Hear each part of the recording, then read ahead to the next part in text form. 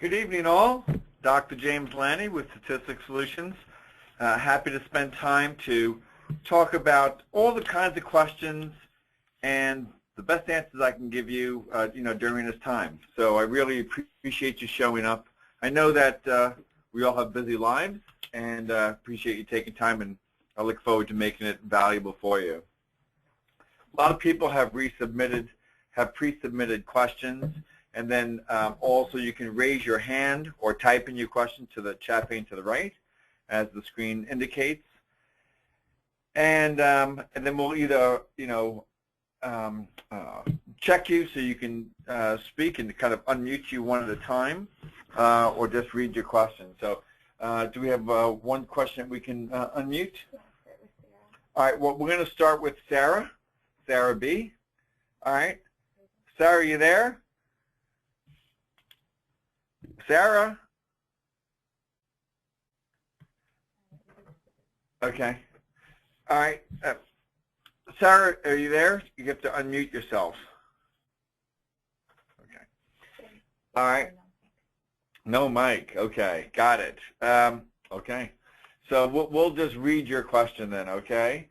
So my primary question is where to start. I have a research question. Where do I go from here? So research questions are the keystone to the whole project.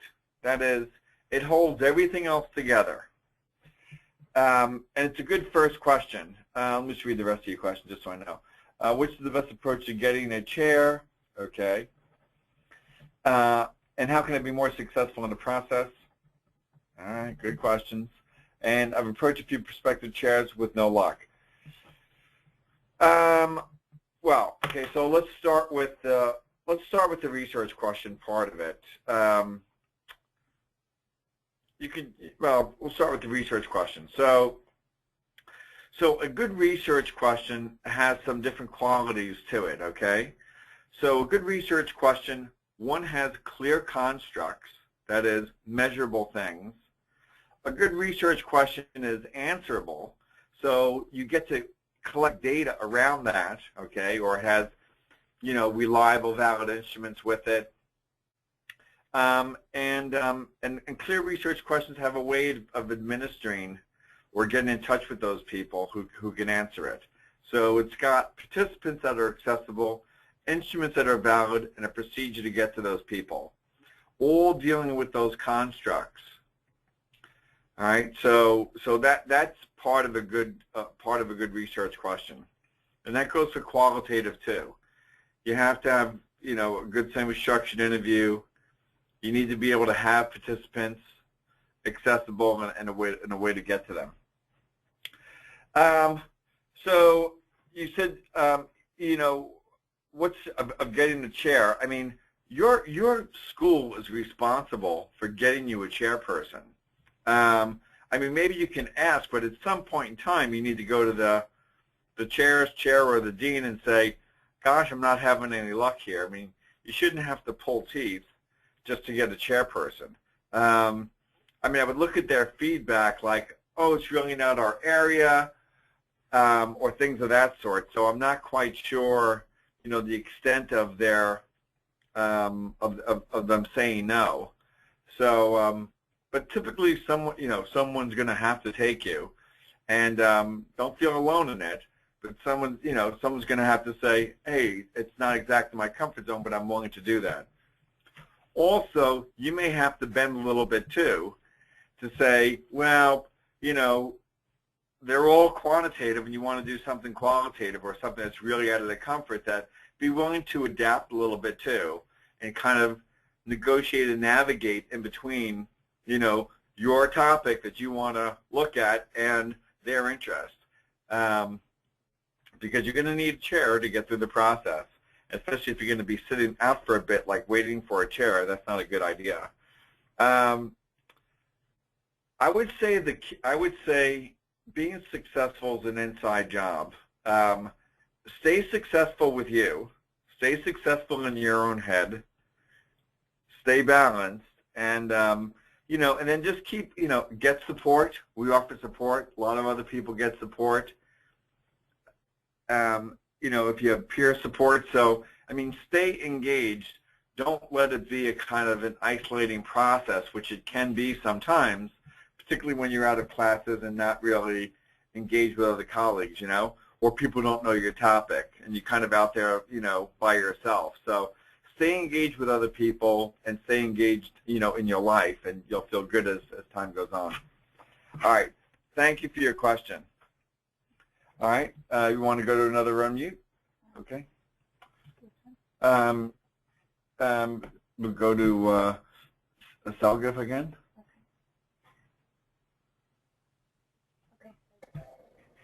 Okay. Segla? Yes, sir. Hi, Segla. How are you tonight? I'm all right. Excellent. How are you?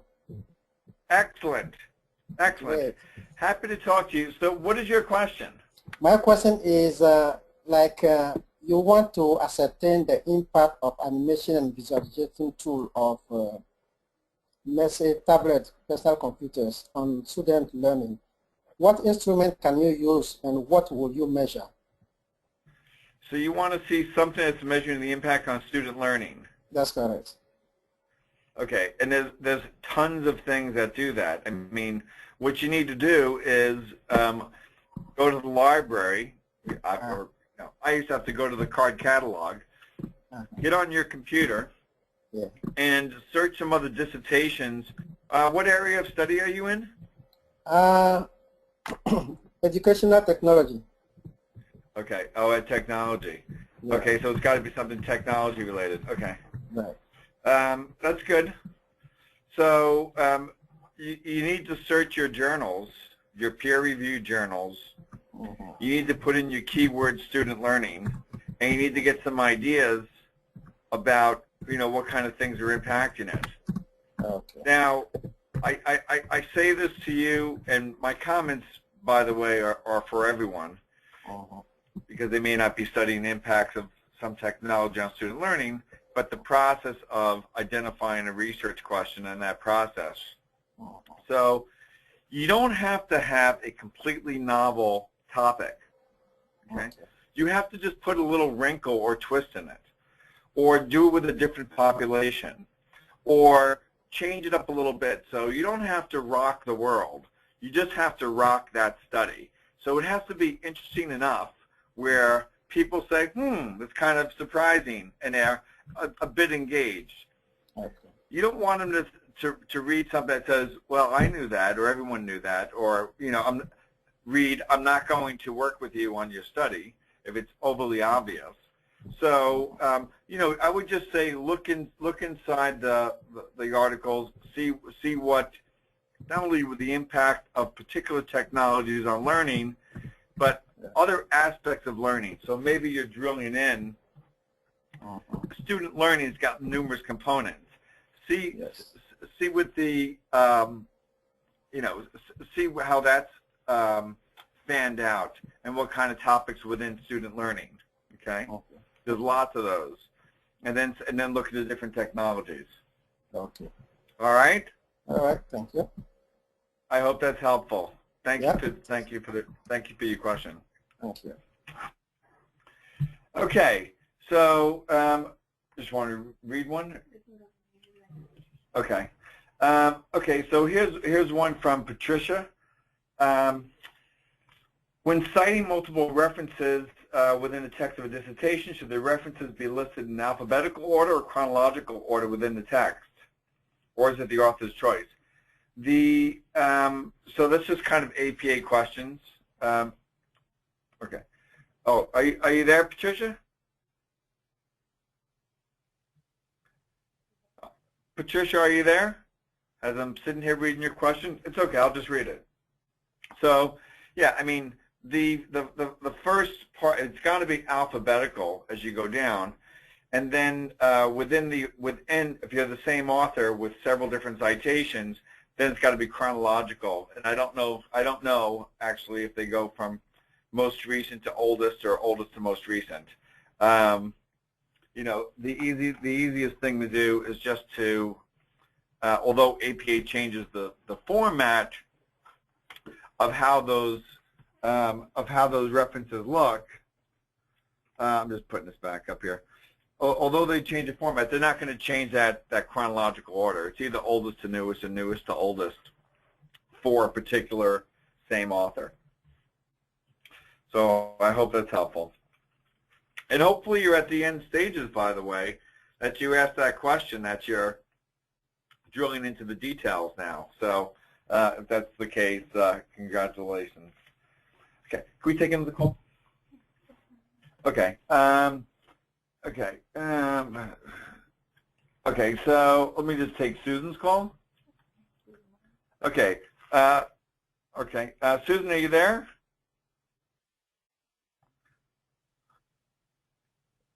Susan Ayer, asking about the biobehavioral study. Okay, so I'll just read the question. I'm doing a biobehavioral study for my dissertation. Okay, excellent. It's going to cost close to $10,000. It should be a pittance after the tuition that you guys sometimes pay, but okay, that's a lot of money. I've applied for grants, but I still had no luck. Do you have any suggestions about where to find dissertation grants? I mean, you got to start with the department. I mean, you got to think globally, act locally. Start with your department. Start asking around other people who have an interest in your topic, and then move out to regional, state, and national organizations. Is the place to go. All right. The other thing is to reevaluate. I mean, that's just one cost. And I have to say, I mean, I don't come across that many biobehavioral studies, and I know that people, spend money in lots of ways, and that does seem, that's definitely a cost. Gosh, Susan, no secondary data anywhere to be had. I mean, see what you can find, okay? See what you can find. See if other professors are willing to share some of their data with you. There's, okay. Okay, so I'm seeing your follow-up question. Not in this area I've already proposed. Well, I presume successfully proposed. So, not to take a step back, well, again, I mean, look for money, local to national. You can also, see if other people have similar data around. You kind of knew that going in. Now you're, sleeping in that bed. I don't know of any offhand, so I'm sorry, I don't. And again, ask your chairs or ask other, I think it's fair enough. Educators are pretty open people. I'd say very open people and receptive. And I think if you emailed several people in your field, in particular around your topic that you've successfully proposed, that they would be the best to give suggestions for that. All right? Okay. Okay. Okay. Gina, we'll hold off to your question until the end. Okay. Okay. Let's just see. Let me just try one from here. Okay. Sarah asked, my biggest question and fear is what after presenting, what if I'm, hello, Sarah? Hello, Sarah? Hello? Yeah, hi, Sarah. Can you hear me okay? Yes, yes, I can. Hey, nice to speak with you. Thank you. So, are you the gal who asked about the greatest fear after presenting? What if I'm asked questions I cannot answer? Yeah. Welcome to my life every single day, Sarah. There's always questions we're not going to know. Right? Right. And I guess I'm concerned that as I get through the defense of my project, that there will be questions that come forth after the defense and before we are complete, that I'm not quite sure, if I don't know the answer, how best to say I don't know the answer without looking like I didn't do my full research on the project. Okay. First of all, count on it. Count on not knowing something, okay? So the way to respond to that is, first of all, good question, okay? Compliment them. Good question. And then the second part is, I don't have the answer, but I'll find out. Okay. And then I'm going to report back to you in whatever time or to this person or whatever. That's just a completely, authenticity goes a hell of a long way. Right. And, good question, don't know it, I'll find out and get back to you and get back to the committee. I think that's the answer. Okay. Yeah. So, yeah, and then just get back to them. But yeah, it's going to happen, and if it doesn't happen, great. If it does happen, fine. You dig around and get the answer. Great. To the best of your ability. And like I tell family members, everyone is doing their best at the time, given their resources, and that's what you're doing too, and that's what you'll do. That's all we can do, and they'll probably just say, terrific, you've still passed. Yeah, get us that answer. Okay. So, terrific. Yeah. Thanks so much for your question, and good luck. You. Thanks. Okay, my pleasure. All right. So let me just move into some kind of detailed stuff with Alex. Okay, can Alex be unmuted? Hey, Alex. Alex. Okay. All right, I'll just ask you a question. Can you discuss the multiple regression examples? Well, let me just, are you there, Alex?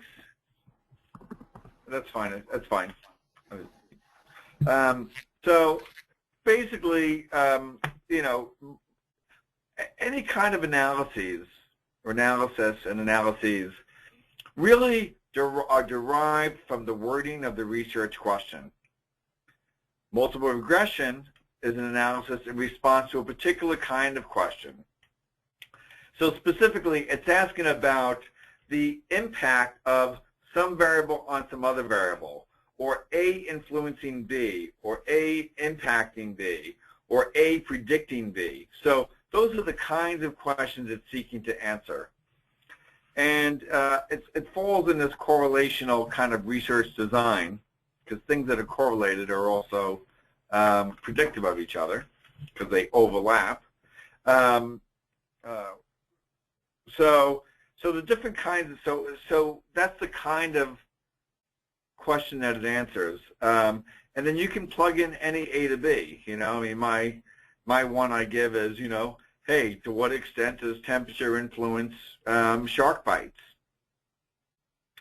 So, so anything that one is influencing the other, and that you're predicting some direction, as opposed to a correlation where there's no, predictor per se. There's just two variables that are related to each other, where in the regression, one is really preceding and influencing the other. So I hope that, well, that's one of them. That's one of your questions. The other question you had is, if two survey items with rank order of successful students' work skills and unsuccessful, okay. So anytime you're in rank order, so you kind of get into some details. The rank order kinds of questions, you're in non-parametric land. So you're in, well, Coxon, Mann-Whitney, kind of equivalents to the ANOVAs, be it repeated measures or one-way ANOVAs. You're in non-parametric kinds of tests. So rank order. So good question. So when you're thinking about your research question, you should also think about the level of measurement of your research question, be it continuous or scale level or ranked ordered variables, because that's going to drive the type of analysis that you're doing. Okay. And by the way, so even in multiple regression, you can have an ordinal outcome variable. It's called ordinal regression. So okay, and then I'll do one more with the kind of quantitative spin, just so we don't bore the qualitative people out there, Alex.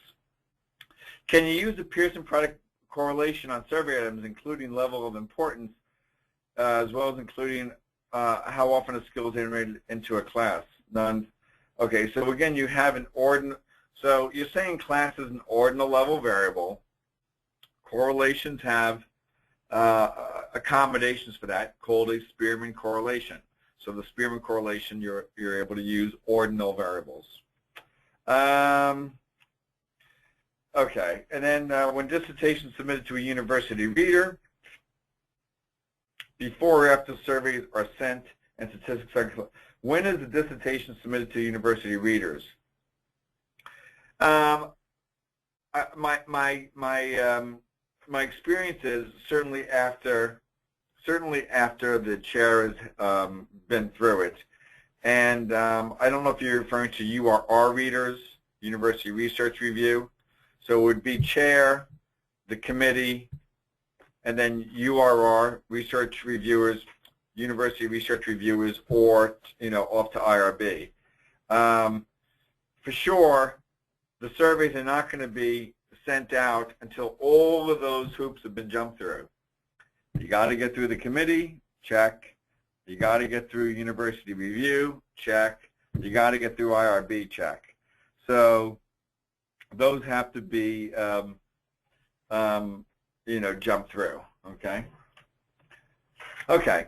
All right. So let's get to some other questions. How about Miriam? Let's see if we have Miriam. Do you have a hi? Miriam, are you there? Miriam.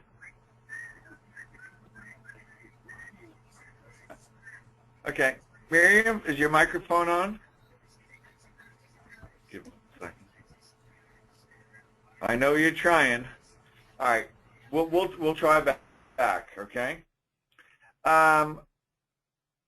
Latanga, are you there? Latanga? Latanga? Do they know how to unmute their own? Okay, fine. Now, you gals with your hands up, you have to have a microphone over there. So we'll see, but we'll try back. So we'll just get to another question. Let me see. Okay, so Marilyn asked, and this applies to everyone, can you please give advice on how to go through the... Yeah, hi, Miriam? It's Marilyn. Yes, thank you. Hi, Marilyn. Hey, Dr. How are you? I'm good. How are you? Excellent. Nice to speak to you. So Nice. what prompts your question about the IRB process? Well, I'm actually close to getting my proposal approved, and Fantastic. yeah, and I really want to be quick with the whole IRB process so I can collect data. And I just wanted to find out if there's any advice that you can give us on how to go about making sure that we get everything together. Well, of course, use statistic solutions. That's the obvious choice. But yeah, so but short of that, I mean, look, IRB. I mean, there's a few things to consider. One is you're pulling in from the lit review and from the methodology chapter. All right, that's the majority of it. Their main focus is going to be around Chapter 3. That means Chapter 3, or your methodology. Some people have sections, some people have chapters, but the methodology piece of it needs to be very tight. Okay, very clear research design, clear participants, procedures, instruments, ethics. You're not going to hurt those people.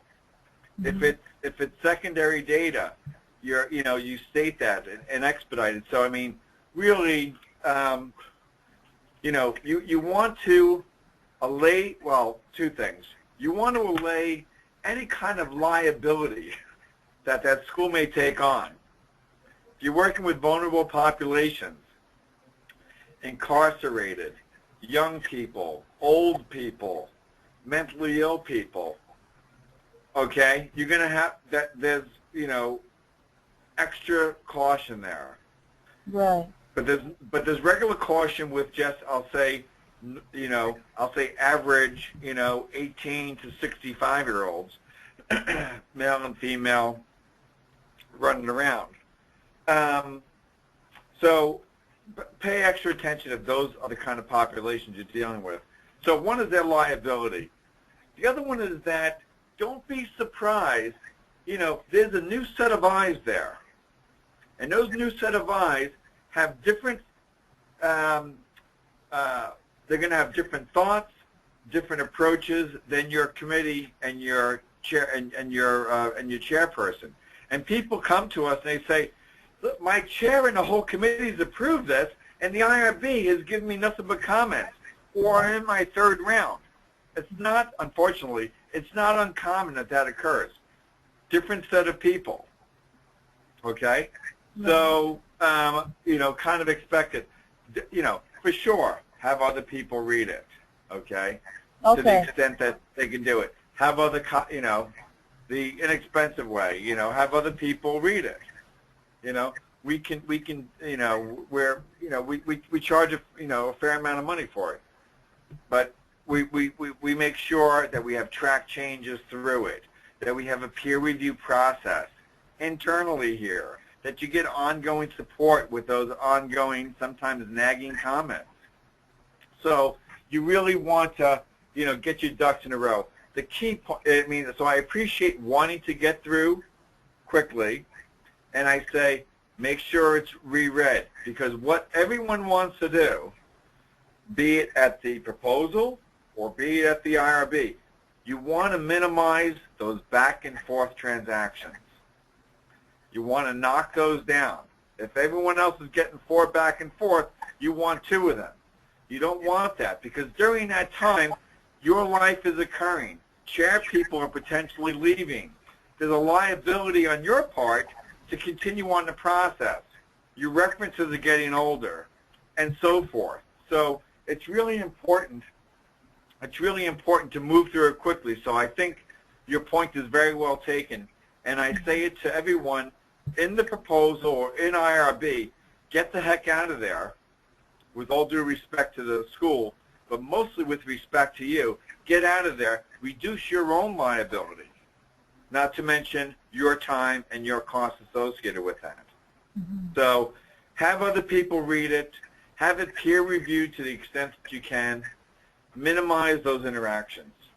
All right? Okay. Focus on the method. When you say have a peer review, are you talking about the application itself? You have somebody to review the application, or okay? Yes, I am. Yes. So internally here at Statistics Solutions, for example, we have a peer review process, because even though we're sharp, someone may just miss something and doesn't see it. So the peer review person would pick it up. Well, if you don't have a peer review person and you don't see the mistake, they're going to pick it up. That causes you an extra transaction with them. Yeah. So you want to minimize those transactions, and you minimize that by additional eyes, i.e. a peer review, and for sure solid methods, because that's what they pick on. In the old days, and I'm saying it before my time, in the 60s, they had no peer review process. Okay. Mm-hmm. Let's just drug these Army guys and see what happens. Let's see how they function without any peer review. And in fact, Facebook just got hammered because they didn't have a peer review process when they altered people's emotions. Have you heard of this study? Mm-hmm. Have you heard of the study? Yeah? Yeah. They basically took out either negative or positive content and wanted to see the kinds of posts that were then posted. So when they took out the negative, people posted more positive. When they took out the positive and left just the negative, people posted more negative. The point was that in their research, although it may be in fine print when you sign on to these things, there was not an obvious peer review process. We would never fully, there's a lot of, and I use the word loosely, manipulation, which is, we get to manipulate our independent variables, and so I don't mean manipulate in the bad sense. But we get to manipulate our variables and so forth, but there's also a debriefing that happens. And when people are not peer reviewing it or being debriefed after it, that's a cause for concern, because there may be harm along the way. And if no one else is looking at the kind of study you're doing, the potential for harm increases. So you want to, that is their, ostensible task at hand. It's to protect participants. But they get into the methods next and how things are going to be working with those participants, and then less so about the lit review and the rationale. They presume that the chair people in the committee have really worked that through a bit and have that in shape. So solid methods, peer review, and then call us. We give free 30-minute consults. Call us. Yeah, I'll definitely take advantage of that. Terrific. Marilyn, thank you so much for your question. Okay, so all right, let's go to I think it's Kamrithra. Hello. Yeah, hello there. How do I say your name? You were good, Kamitria. Kamitria. It's more beautiful when you say it, actually. Kamitria, how are you? Thank you. Great. Good. What's your question tonight? Well, what department are you in, by the way? I'm in nursing. Okay. I should have asked. Oh, okay. Okay, and what is your question? I'm fluctuating. I'm not real clear on the best way to go, but I wanted to ask, how reasonable is it to do a mixed method design for a dissertation?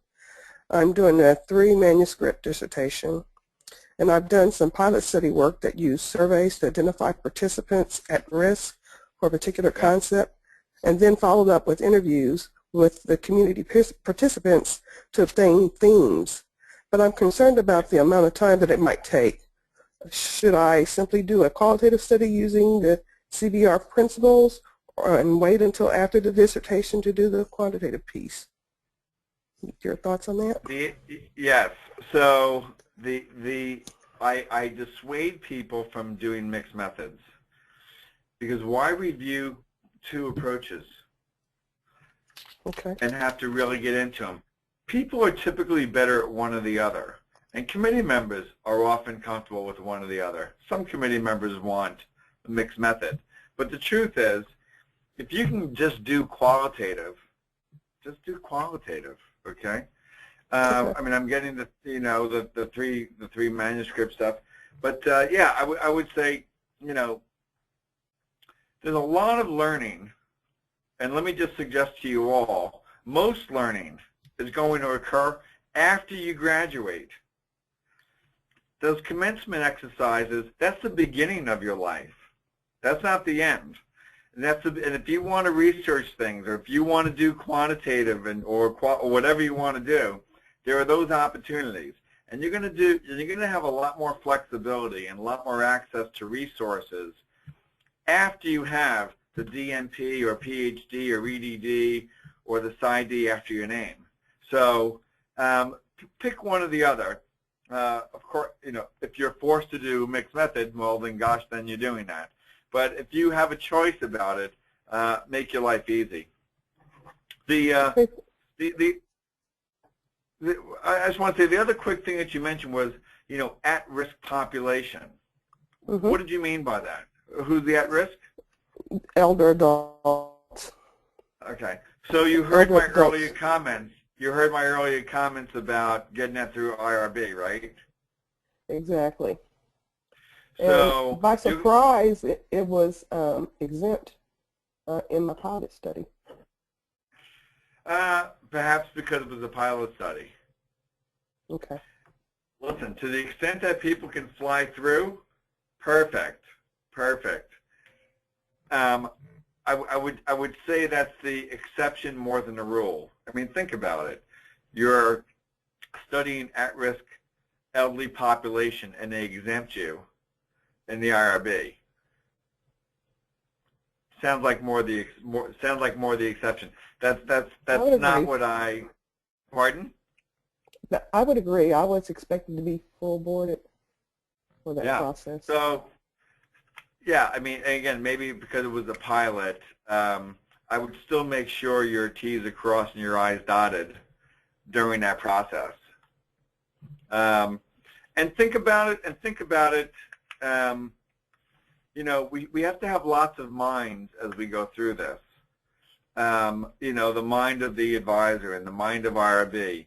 And to have a little distance from it to say, you know, they have, I won't say that they have no vested interest in you succeeding. They have a vested interest in you succeeding.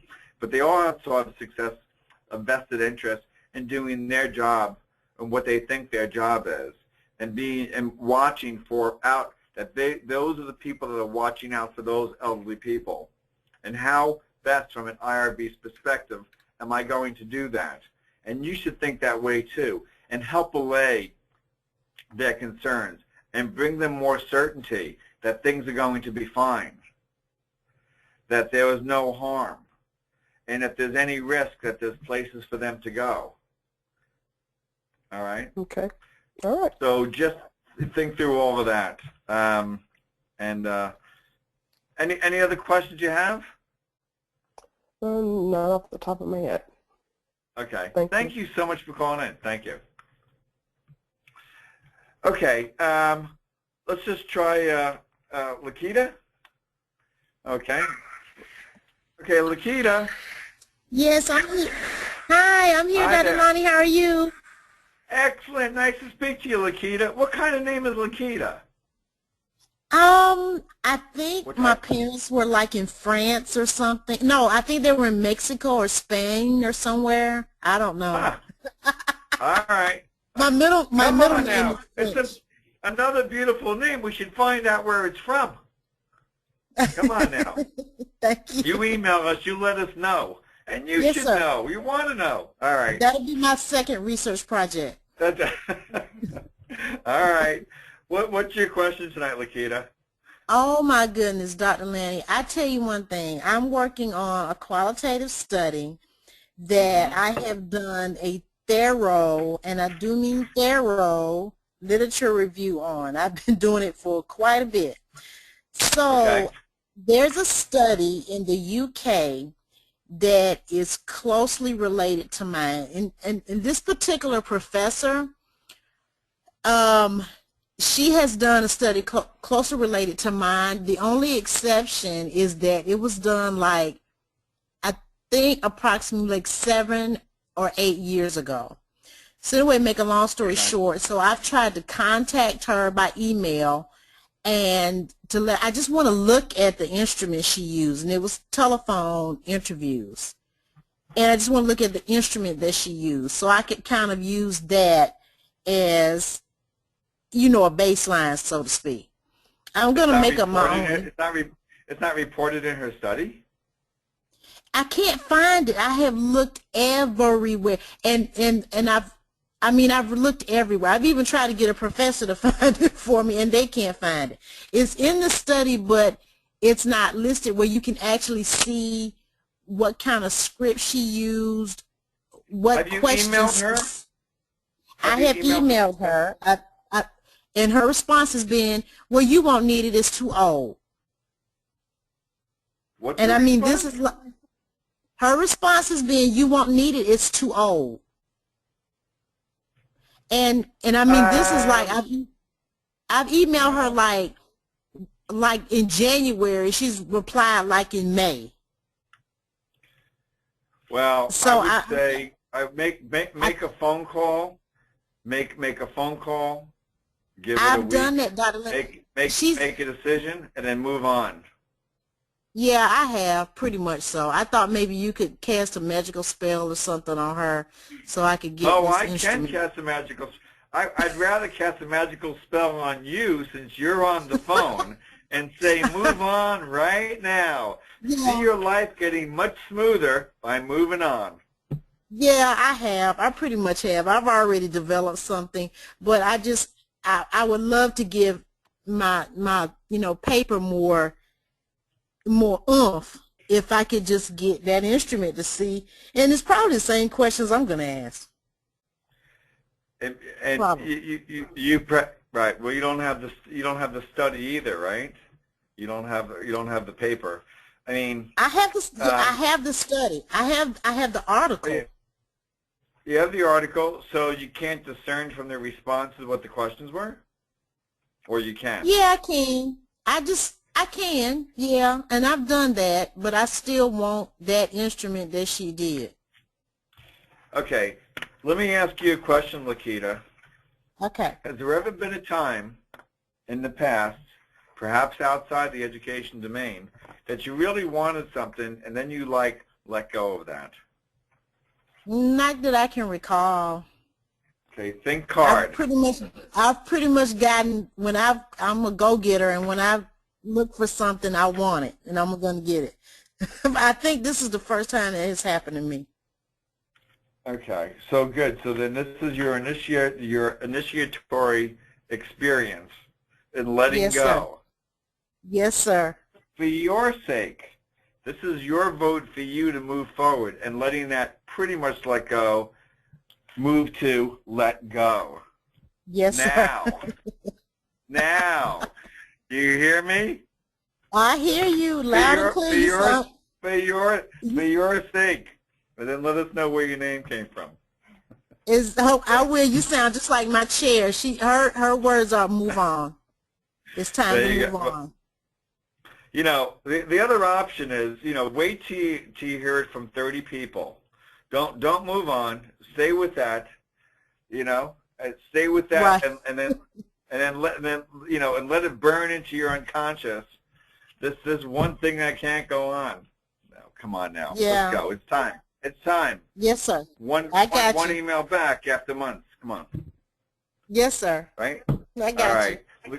Lakita, real pleasure to talk to you. You too, sir. Thank you. My pleasure. Why do we all hang on? Let go. Let's keep moving on. All right? All right. Okay, so other people with their hand raised. Teresa? Okay. Teresa, are you there? I'm here. Hi, Teresa. How are you tonight? I am good. How are you? Good. What department are you in? What discipline? Public policy and administration. Okay. All right. And what's going on?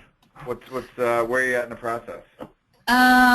Well, I had submitted. I have an approved prospectus, and I have submitted Chapter 1, and my committee chair liked it, but then I realized the data that I needed secondary data was not out there, and I had made an assumption that it was, so now I've modified my research question.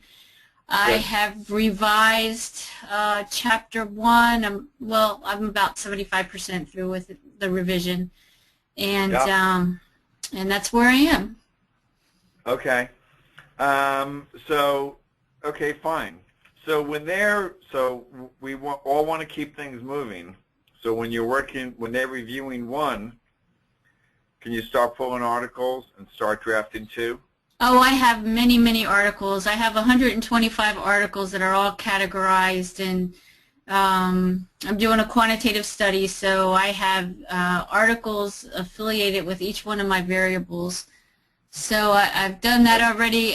In fact, I've started Chapter 2, but taking a couple weeks off work here pretty soon, and I am going to try to finish Chapter 3. Excellent. Excellent.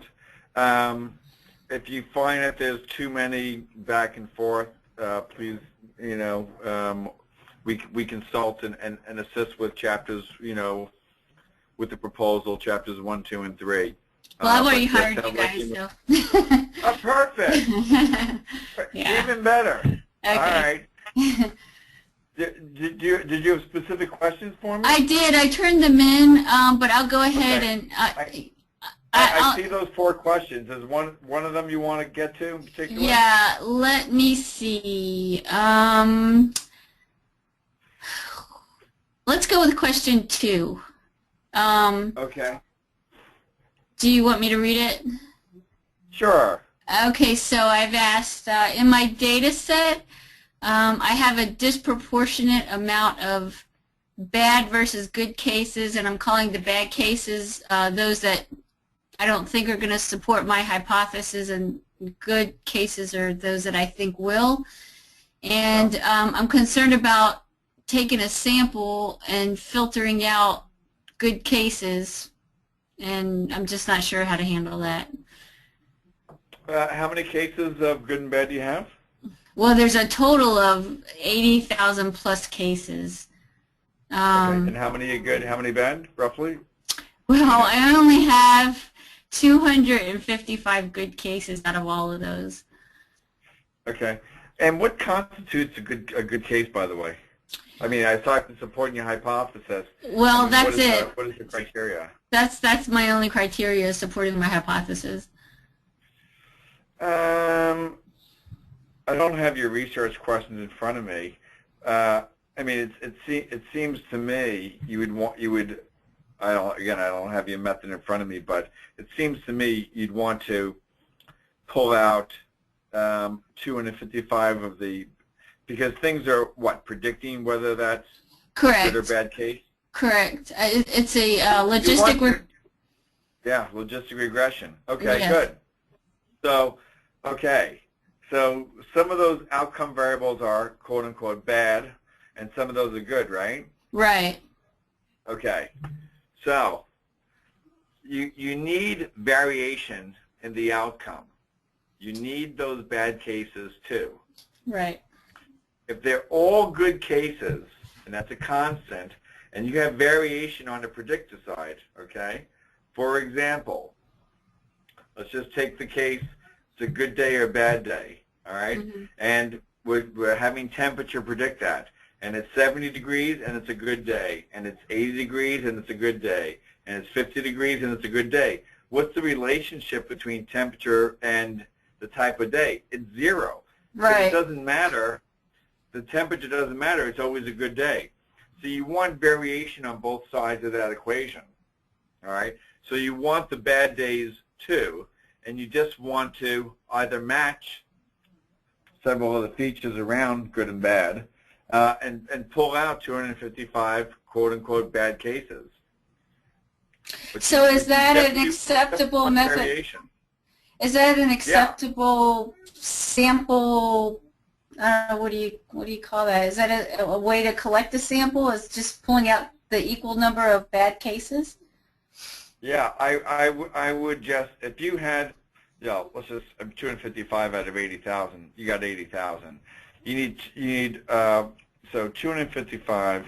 What is that? So you need 80,000 divided by 255. Okay, you need 1 out of every 313. So take number 1, take number 313, take number 626, take what is that? 939, and just take, or pick a number from 1 to 10, and then start adding 313 and 313 and 313. Okay. So that's randomly taking them out of there. Okay. Okay. But make sure that they're not sequenced in some other way, that they're kind of randomly in there, those 80,000, and then pick a number 1 to 10, and then every 313 until you get to an N of bad cases of 255. But for sure you want those bad cases, and no, you don't want all 80,000 of them. I would just say I randomly pulled out 255 quote unquote bad cases. And then you can really see whether those predictors are doing a good job at predicting good or bad. Okay, that's great. Thank you. You're welcome, and I'm glad that you've signed on with us. I'll say welcome aboard again to you. Thank you. I'm excited. My pleasure. Good, excellent. As are we to move students through like you. Thank you. Yep, terrific, Teresa.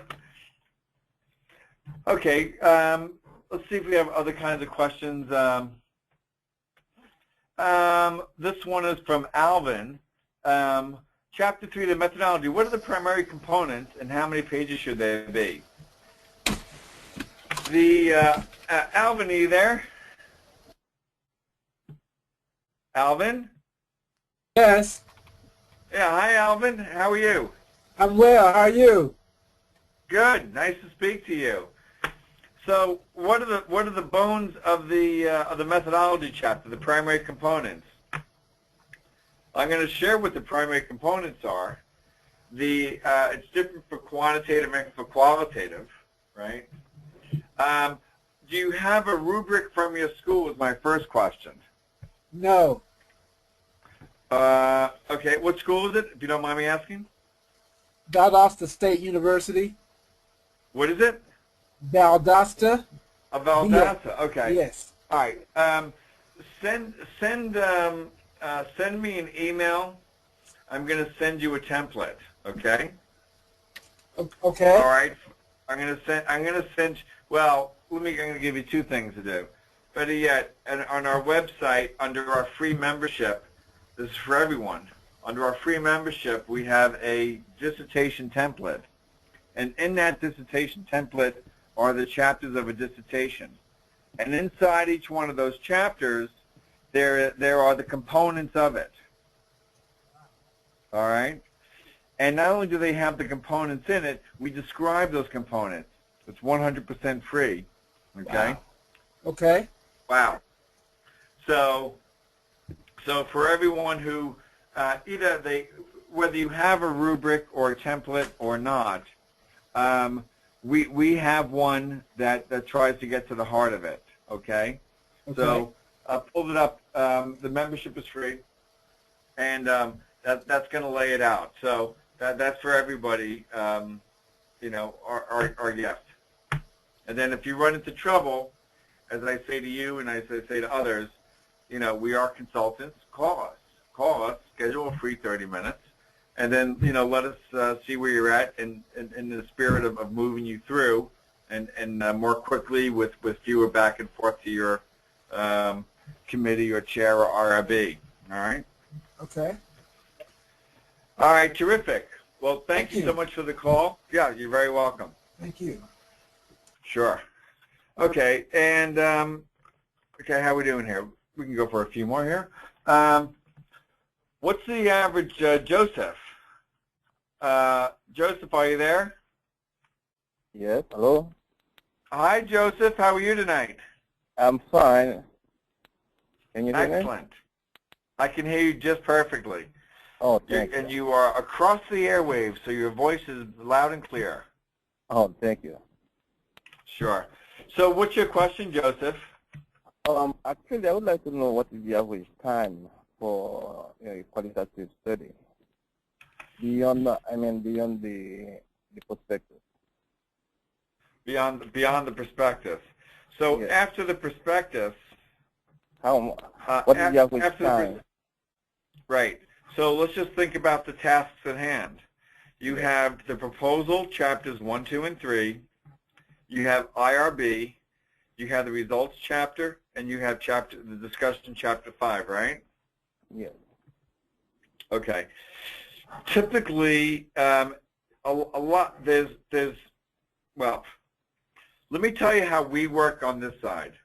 Yes. Okay, and our time frame. Our company assists with editing of these things. So people can typically write an introduction in a few weeks. We would, on our side, edit it, peer review it internally, track changes, and then assist you with comments back from your advisor till it gets approved. Chapter 2, we would assist and facilitate getting other articles that you may not have, having you read them, synthesize them, critique them. You should be able to pull that together in, in a month, okay? Yeah. Chapter 3, you should be able to get a draft going. Qualitative is a little bit longer than the quantitative, but with our free dissertation template, it should move you along. We would take on our side, we would take 4 weeks to edit your chapters 1, 2, and 3. That's the time we would take. So you're out probably, 6, 7 weeks, definitely within a quarter. You can get a draft of all of those. We would take 4 weeks. IRB is really pulling from chapters 1 and 3, primarily 3, as I mentioned to Marilyn. There's nothing novel there. There's nothing new there. What's new there is the sequence in which they want things, but you're still pulling out different sections of it. You should be able to pull that together in 2 weeks. We would take 3 weeks to edit that. Edit, peer review, get through our process. Chapter 4, let's assume you can collect data in 2 weeks, okay? Okay. Then it's got to be transcribed. Call it a week.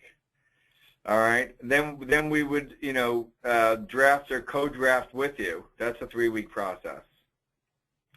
Chapter 5, you should be able to put down your thoughts about what the implications of these findings are. Let's just say 2 weeks. We would take 3 weeks to edit that document. So from the prospectus phase, you're in 9, 10, 11, 13 weeks. If we were editing your documents with peer review, we're out 13 weeks. So you're in 6 months. 6 months. 13 weeks for you to drafting, 13 weeks for us to edit it. Now, there's other things that impinge upon it, but with our 13-week assistance, it's going to minimize that time. But what impinges upon it are 3 things. Your chairperson and committee members, okay? Your IRB approval and comments, so your chair comments, your IB comments, and then your data collection. Okay, so those all lengthen the process. So the quick answer is a half a year, moving through it with no comments. Everybody gets comments. What you want to do is minimize those back and forth. That's the time sink. Those are the dissertation killers in time and money. So a half a year, get support, minimize that back and forth. The people who don't, as I mentioned earlier, sometimes the chair, at some universities, they're going through 2 chairs. Well, if you stay out there, as I say, references get older, chairs part, no fault of your own, but get through it quickly as possible. 26 Thank weeks. You. I got You're very it. welcome. All right. So the worst case scenario is someone is working really at it. It should be done in 9 months. Absolutely. Yeah. Yeah. Thank you. In fact, I'm giving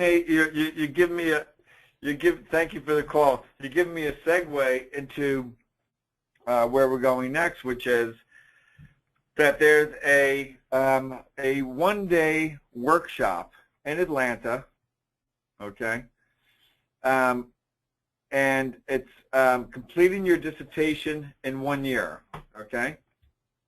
Oops. Sorry about that. There we go. So it's at the Atlanta Airport, the Atlanta Airport Marriott Gateway, okay. You can email us at info@statisticsolutions.com 2 S's in the center. It's inexpensive. It's $3.99, okay, $399 for all-day workshop. We're going to go through all kinds of things from introduction and topic selection all the way through Chapter 5 to dealing with committee to selecting chairs. So it'll be an engaging day. Lunch will be served. We'll take good coffee breaks, and we'll get to your specific questions as well.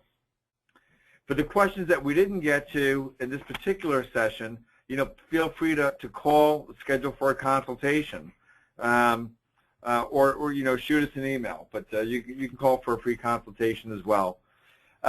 This was the first time we did a Q&A for the hour, and I thought the questions were good. I thought people were engaged, and I want to thank you all for your attention and for your questions and your thoughtfulness, and the questions that you asked were other people had those on their mind too.